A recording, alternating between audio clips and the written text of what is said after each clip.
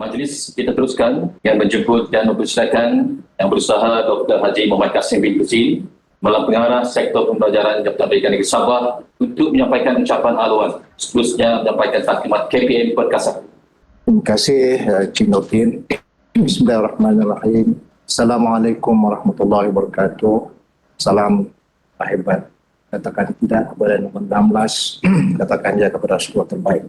Yang berbahagia Datuk Dr. Mustin Binti Radin, Pengarah Jabatan Pendidikan Negeri Sabah, arakan ke Ketua Pelompong Rakanan SKB, Tuan Haji Mahmud Bujum, selaku Ketua Penyaras KPM Perkasaku, rakan-rakan DPD untuk 10 daerah sesi pertama ini. Seterusnya tuan-tuan, puan-puan, pengetua dan guru besar Pelongkanan 1, Pelongkanan Petang dan juga Pelongkanan Tingkatan 6 di seluruh negeri Sabah. Pertama sekali kita bersyukur kepada Allah SWT kerana pada pagi ini kita dapat melaksanakan program sesi libat urus khas KPM Perkasaku untuk sesi kedua. Kita bersyukur juga kerana kita dapat bersama-sama dengan Tok Pengarah sendiri dalam sesi libat urus ini yang sudah pasti akan menjadikan sesi kita pada pagi ini satu yang sangat bermakna untuk kita semua.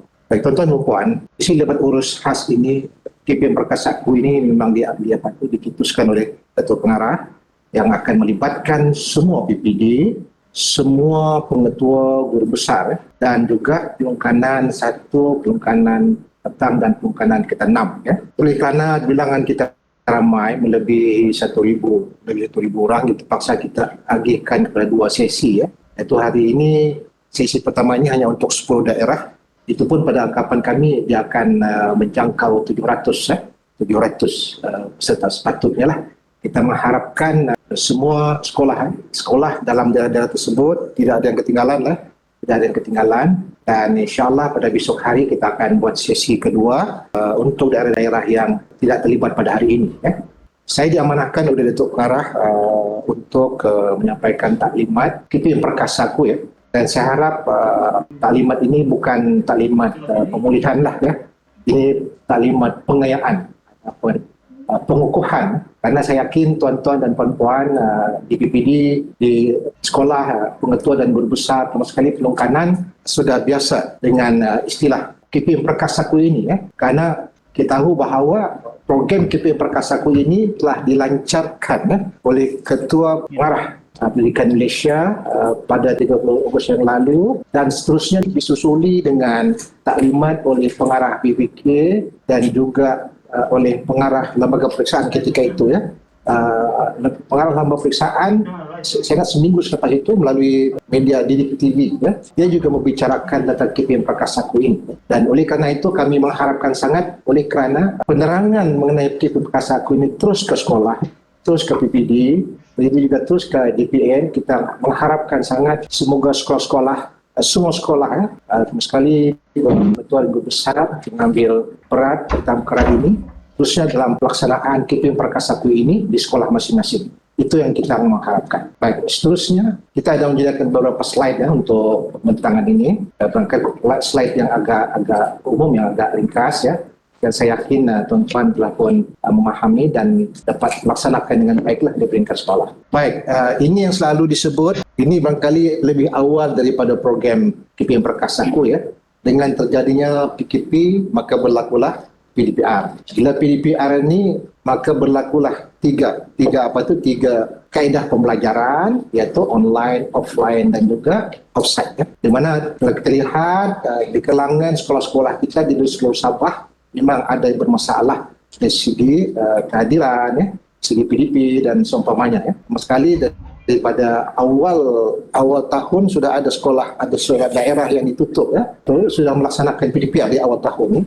Bagaimanapun ada juga sekolah yang telah melaksanakan pembelajaran secara bersemuka pada awal tahun sehinggalah akhirnya pada bulan Jun kita diarahkan untuk semuanya dalam PDPR. Bila ini berlaku, maka berlakulah terjadilah sesuatu yang kita sebut sebagai kemungkinan besar kita anggap pasal oleh kerana PDP tidak dilaksanakan seperti biasa, sudah pasti akan berlaku di sana sini kekurangan. Ini yang disebut sebagai defisit pembelajaran. Kita takut sebenarnya terdapat anak-anak didik kita atau sekolah-sekolah yang tidak dapat mengajar sebagaimana yang dijadualkan dalam ERPT ataupun tajuk-tajuk pembelajaran sepatutnya mereka belajar tapi mereka tidak diajar. Ini yang dimaksudkan sebagai defisit pembelajaran. Dan pada pertengahan tahun kita sudah membuat itu kajiannya tentang yang banyak berlaku defisit pembelajaran di sekolah-sekolah. Berarti mereka tidak dapat mengajar sebagaimana yang dirancang. Maka seolah-olah kita berhutang dengan pelajar, murid tentang kandungan kurikulum ini. Ini yang disebut sebagai defisit pembelajaran. Ada juga yang disebut sebagai learning loss, atau juga dikata learning gap, macam lagi lah. Tapi kita biasa menggunakan defisit pembelajaran. Inilah yang berlaku, yang berlaku bagi kebanyakan sekolah. Bagaimanapun KPM kita bersyukur telah menginisiatifkan program yang disebut sebagai Perkasaku ini bagi memastikan bahawa defisit ini dapat ditampung. Ini punya tujuan. Kita pergi kepada next slide.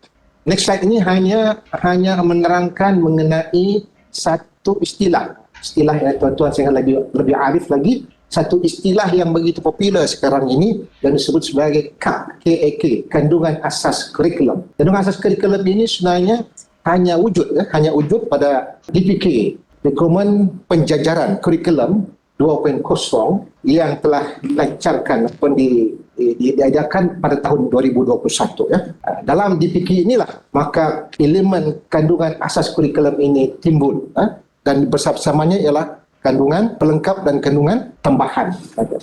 Baik, di sinilah letaknya kalau kita lihat dalam DPK kita ini, kita selalu sebut DSPK kan, DSKP, tapi ini DPK, biasanya DSKP, tapi ini DPK 2.0 ini. Contoh dalam tahun 1, sila kalau kita lihat dengan jelas selepas tadi kandungan dia ada 3 kolom lagi, iaitu kolom kandungan asas, kandungan tambahan dan kandungan pelengkap.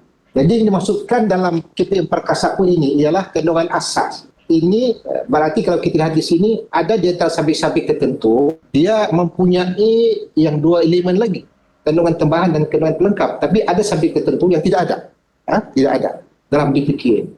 Tapi yang perlu ditekankan oleh KPM ialah kandungan asas. Ini yang penting.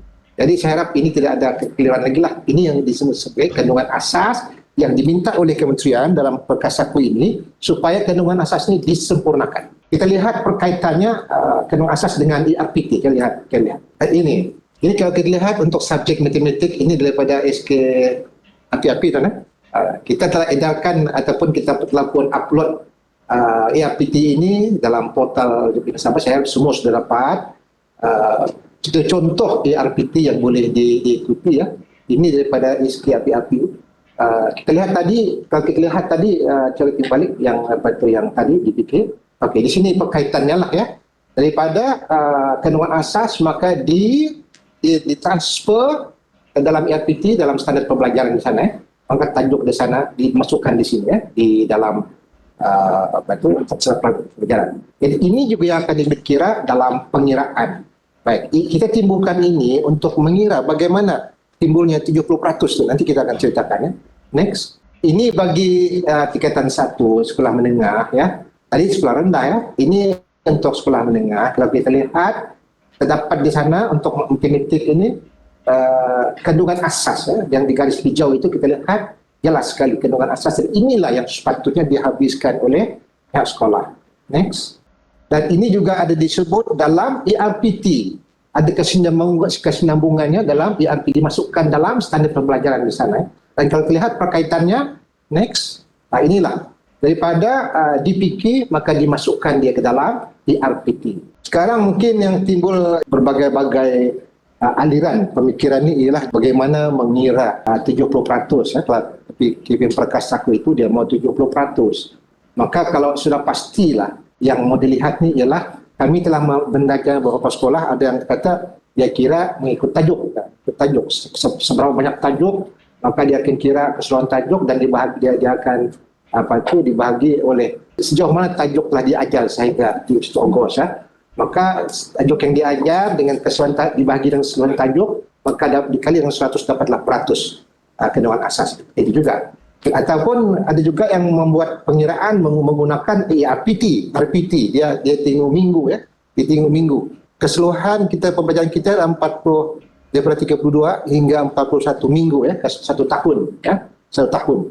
Jadi kalau tengok minggu lah kan, kalau ketika itu sudah sepatutnya minggu ke-20 sepatutnya, tapi pada 30 Ogos kita masih berada minggu ke-10, maka itu kita melihat di sana ada defisit dari segi kandungan kurikulum asas. Itu beberapa kaedah mengajar, beberapa kaedah pengiraan ya. Saya ingat tuan-tuan di peringkat sekolah pun ada berbagai cara. Yang penting itu pengiraan kita itu menggambarkan sebenarnya ya, sejauh mana kita telah pun menghabiskan kandungan asas ini ya.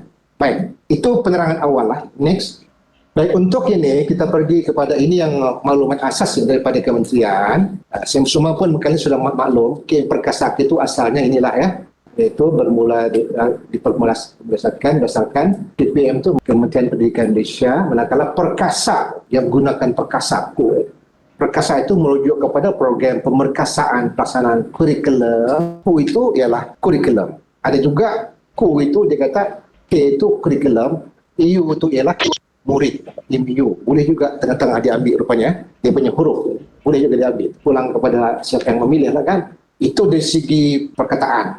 Tetapi dari sisi maksudnya ialah matlamat utama program ini sudah pasti bagi membantu murid untuk memperkasakan pemahaman asas dan tahap pembelajaran mereka.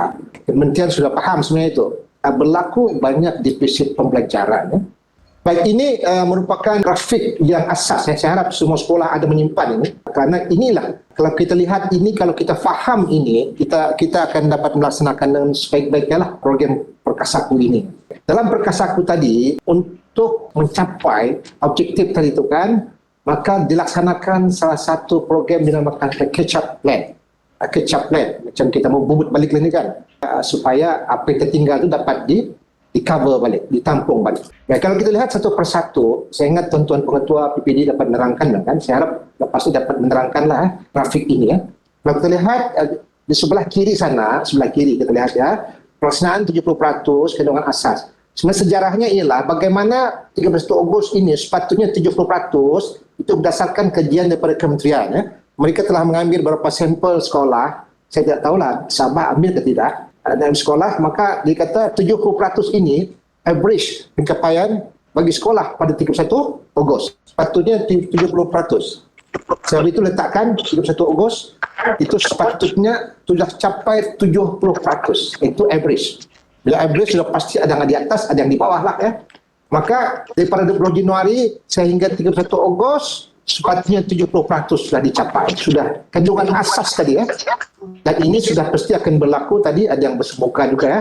Ada PDPR secara online, ada secara offline, ada juga offsite ya, berlaku. Kemudian di tengah kalau kita lihat, hasratnya ialah bila telah tercapai 70%, maka ada 30% lagi. Maka 30% inilah yang sepatutnya dicapai mulai 1 September sehingga 10 Desember. Jadi 70% campur 30% lengkap.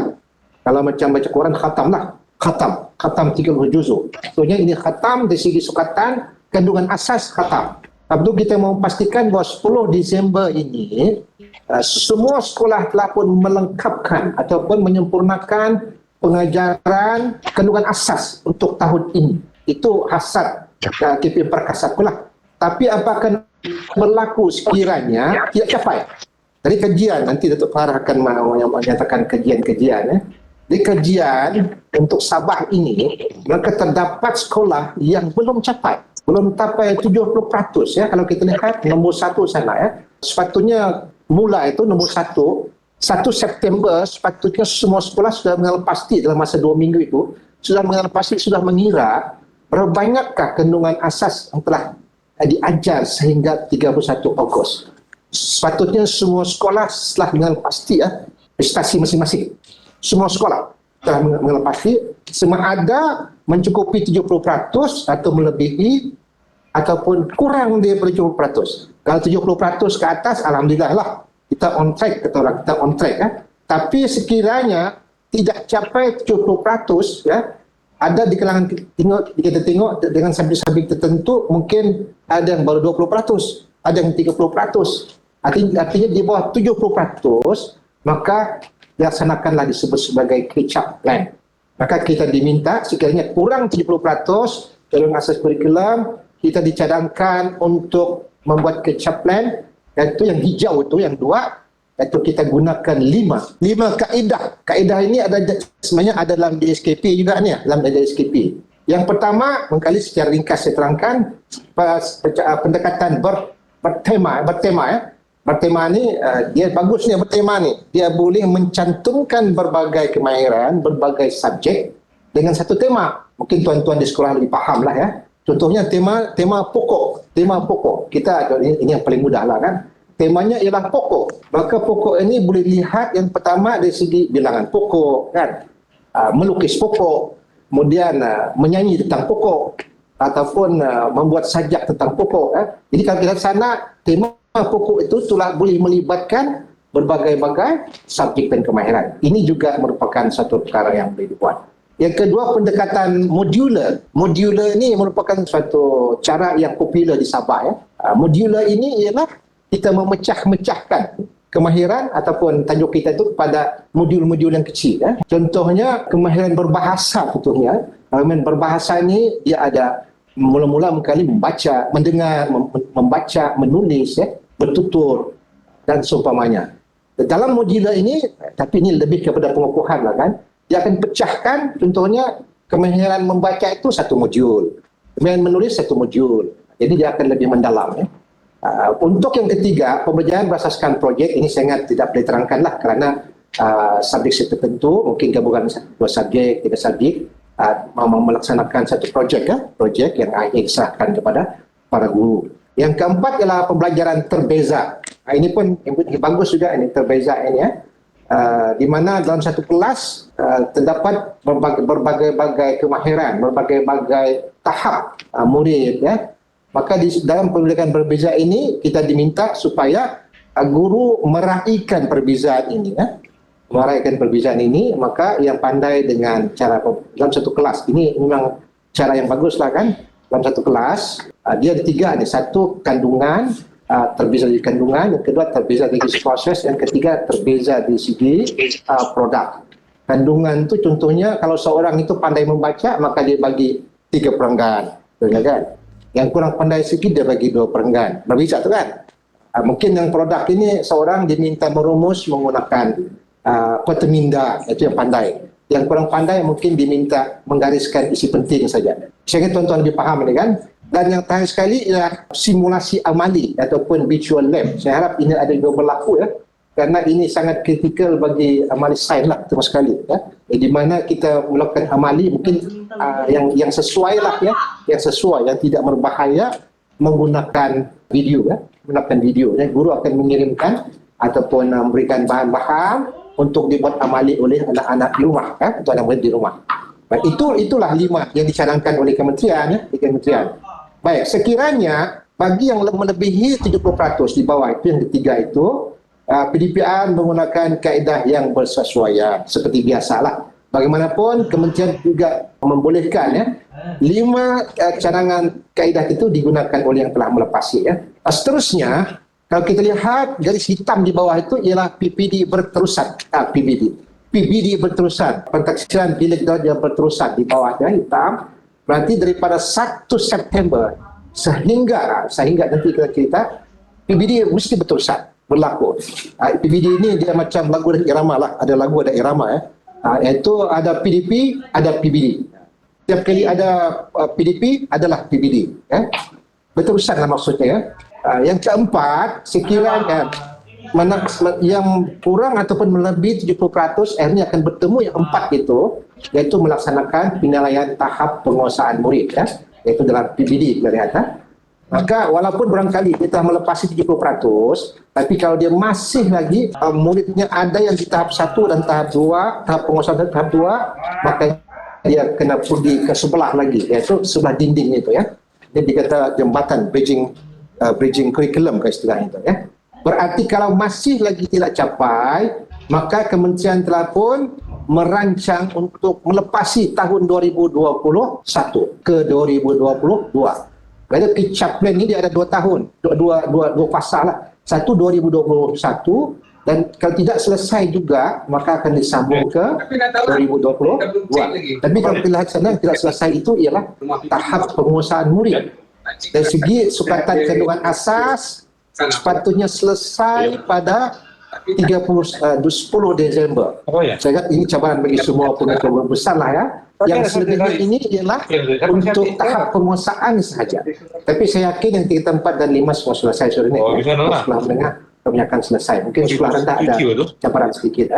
Baik, untuk pitch-up plan seterusnya 2 Januari hingga 28 Februari ini merupakan masa yang diberikan oleh kementerian kita untuk menyambung sekiranya masih lagi ada tahap penguasaan murid yang belum mencapai tahap pencapaian penguasaan 3 ya. 3 itu minimal lah. 3, 4, 5 dan 6 itu sepatutnya sebaik-baiknya lah.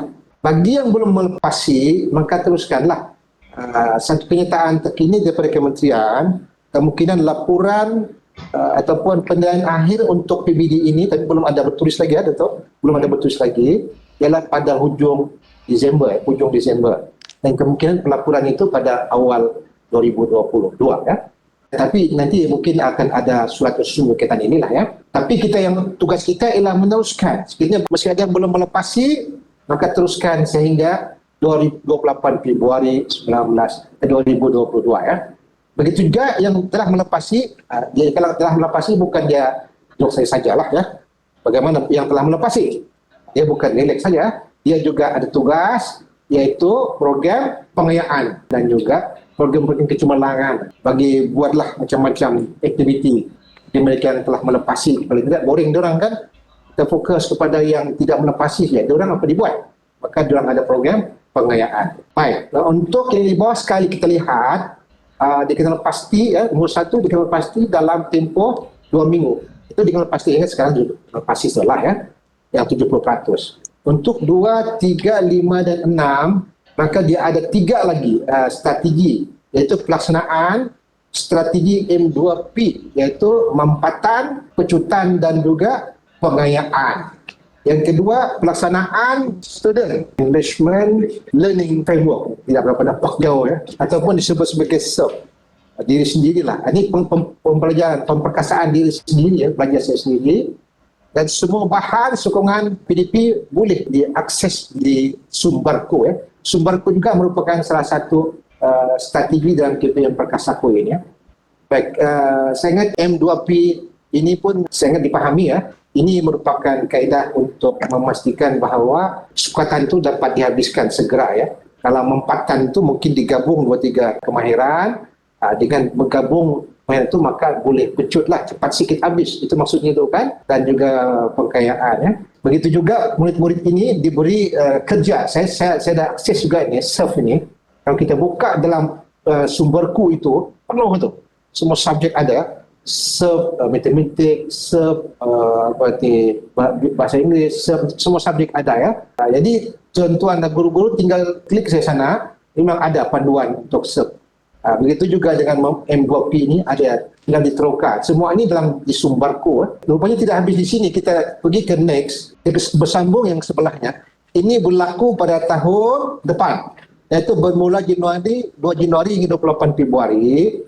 Apa yang berlaku untuk 3 golongan ini ialah prasekolah kelas peralihan. Mereka meneruskan sisi PDP tahun 2021. Mereka akan teruskanlah ya. Teruskan sehinggalah 28 Februari. Manakala untuk tingkatan 5, persediaan SPM 2021 dan di sinilah berlakunya ujian lisan dan amal lisan SPM sehingga 28 Februari. Begitu juga bagi MBK, murid berkeluarga khas ni kan. Kemaskini portfolio SKM 2021 dan juga amali SKM 2021 ya. Baik, itu sehingga 28 Februari. Maka berakhirlah sisi persekolahan kita untuk 2021.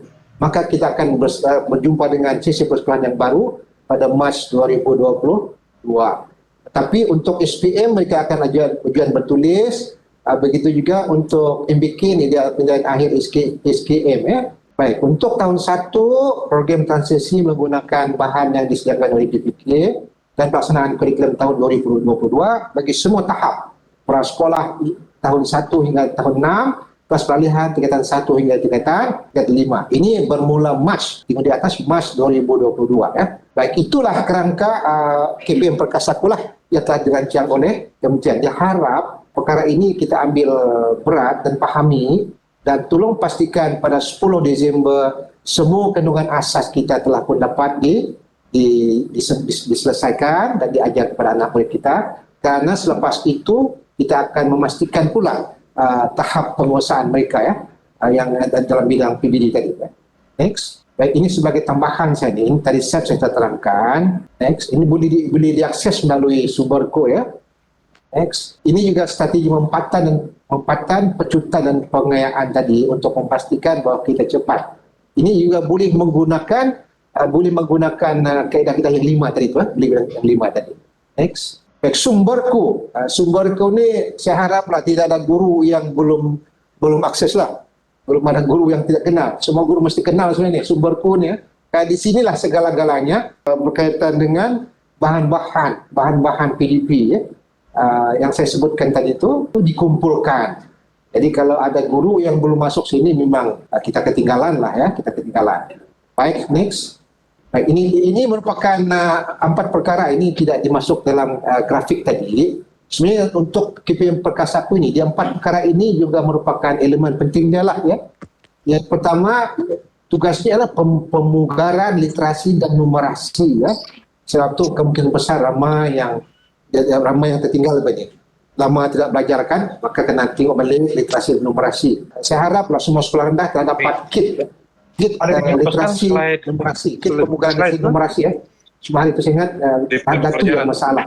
Tapi daerah-daerah lain saya ingat telah menerima ya, menerima kit ini selengkapnya. Ada koprinto. Saya minta tingkat PPD dan juga tingkat PPD yaitu pemulihan khas memastikan semua kit diterima oleh murid yang cukup. Kerana ini digunakan untuk pemugaran literasi dan numerasi. Next. Yang kedua adalah pemerkasaan pentaksian bintarjah. Ini juga ini merupakan yang menjadi isu kita ya, sebab ada beberapa saya ingat PPD pun terlibat. Dia ada alasan ni kenapa tu kita tidak menaksir, tapi kami di peringkat SPB telah pun membincangkan strategi bagi memastikan bahawa guru-guru kita yang melaksanakan lebih ramai daripada tidak melaksanakanlah ya, sepatutnya begitu. Baik. Apa yang dimaksudkan dengan pemerkasaan oleh kementerian ialah penataran kepada guru, JPN, PPD dan bahagian PPM tentang PBD ya, PBD. Kita baca baliklah. Saya telah postkan, sendkan ke semua grup teks PBD itulah yang siri kedua, edisi kedua itu kan, itu terkini lah ya. Saya harap semua sekolah memiliki itu. Kemudian penghasilan infografik dan video penerangan, saya bisa sampai ke sekolah ya. Sebenarnya banyak perkara ini dilaksanakan melalui webinar ya, webinar. Sebab itu sekarang tren kementerian ini dia terus ke sekolah tahu. Contoh ya, tuan-tuan, saya ingat jangan terlalu ditunggu sangat apa yang akan dibuat oleh JPN dan PPD, kerana kebanyakan program kementerian terus ke sekolah. Cuma minta sekolah pastikanlah jangan ada yang tertinggal kalau webinar tersebut berkaitan dengan perkara-perkara beginilah. Bagaimanapun bagi yang tertinggal, saya telah melihat juga di YouTube ya. Saya lihat di YouTube bahan-bahan ini masih ada, masih boleh diakses ya, dan boleh dilihat di dalam Sumberko lah ya. Begitu juga latihan dan bimbingan berterusan ya, panduan pelaksanaan PBD dalam talian banyak dibuat ini ya, melalui webinar, dan dia ada help desk ya, meja bantuan, dan begitu juga penjelasan penambahan pelaporan PBD bagi tahun 6 dan tahun 3 ya. Baik, pelaksanaan PBD yang diperkasakan. Baik, begitu juga di peringkat sekolah ya, kami dalam beberapa pemantauan kami beberapa sekolah dapati bahawa aspek penjaminan kualiti ini kurang dilaksanakan di peringkat sekolah. Ini sepatutnya dilaksanakan oleh pentadbir sekolah, pihak pentadbiran sekolah, bagi memastikan bahawa kualiti PBD itu sudah dipercayai lah oleh bawah ya, untuk penjaminan kualiti ini. Sebab itu saya lihat kemudian ada juga menerbitkan video YouTube bagaimana penjaminan kualiti ini dilaksanakan. Jadi minta sekolah dapat meneroka lah semua video-video ini yang ada di sama ada di portal KPM atau Sumberku ataupun di YouTube terbuka. Boleh kita perolehi. Next, kan ini merupakan tarikh slide ini dipaparkan hari itu yang saya yakin semua juga ada mengikuti, ramai yang mengikuti hari itu. Ini sebagai ulangan ataupun pengukuhan kepada tuan-tuan dan puan saja. Contohnya pemugaran literasi dan numerasi sudah ada ya, pengukuhan dan pengayaan, pemberkasan persiapan belajar ini semua telah pun dilaksanakan oleh kementerian melalui webinar dan boleh diakses kembali melalui YouTube ya. Itu sahaja. Saya harap boleh memberi input barulah ataupun memberi pemugaran barulah pada sekolah-sekolah dasarkan apa yang saya sampaikan tadi ya. Saya harap sekarang kita sudah berakhir bulan Oktober. Bulan Oktober ini sepatutnya bukan lagi 70% lah. Sekurang-kurangnya barangkali sudah mencapai ke 85% sudah kita kan. Sebab itu saya minta tuan-tuan pengetua dan guru besar, terus sekali guru besar lah ya, saya sekolah menengah mungkin yang kita 4 dan 5, tapi tidak tahu lah jadi 1, 2, mungkin juga ketinggalan. Tolong pastikan bahawa pada Oktober ini kita sudah melepasi 80% lah ya. Dan target 10 Disember itu sudah 100%. Jadi tolong pastikan itu ya. Saya mintalah, saya merayu kepada tuan-puan supaya anak murid kita tidak terhutang dengan orang kan dengan sukatan ini ya. Mudah-mudahan mereka akan melangkah ke tahun hadapan sesi baru ini dengan ilmu yang cukuplah. Maksudnya ilmu sepatutnya diterima pada tahun 2021 mereka telah perolehi ya, dan mereka melangkah untuk ilmu yang baru ya. Ilmu yang baru pula, ilmu dan kemahiran yang baru. Saya Datuk Pengarah yang saya harap dapat memberi pemugaran lah, pengayaan kepada tuan-tuan dan puan. Sekian, Assalamualaikum warahmatullahi wabarakatuh.